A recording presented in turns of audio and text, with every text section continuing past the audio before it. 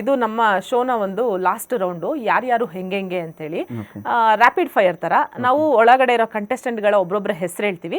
ಅವ್ರ ಬಗ್ಗೆ ನಿಮ್ಗೆ ಏನ್ ಅನ್ಸುತ್ತೆ ಅಂತ ಒನ್ ವರ್ಡ್ ಅಲ್ಲಿ ಆನ್ಸರ್ ಮಾಡ್ಬೇಕು ಸರ್. ಓಕೆ, ಫಸ್ಟ್ ಯಮುನಾ ಅವರು. ತಾಯಿ.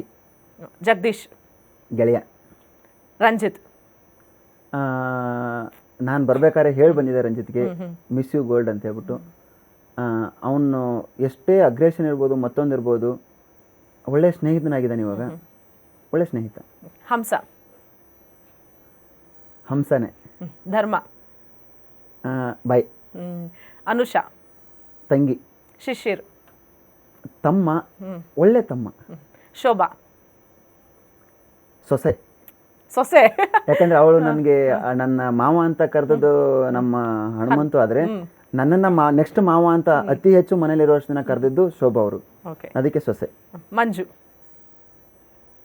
Manjanna, aggression Manjanna. Gouthami. B positive. Mokshitha. ಒಬ್ಬ ಚಿಕ್ಕ ತಂಗಿ, ಇನ್ನ ತಿಳ್ಕೊಳ್ಳೋದು ತುಂಬಾ ಇದೆ. ಐಶ್ವರ್ಯ.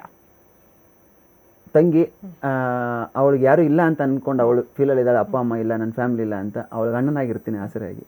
ಭವ್ಯ. ಒಂಥರ ರೌಡಿ ಬೇಬಿ. ತ್ರಿವಿಕ್ರಮ್.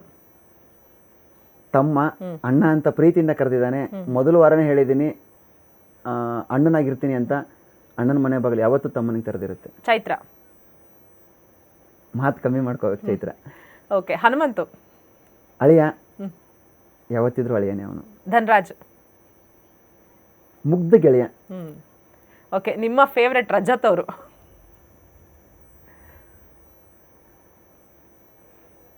ಅವ್ರ ಬಗ್ಗೆ ತುಂಬಾ ಯೋಚನೆ ಮಾಡ್ತಿದ್ದೀರಿ.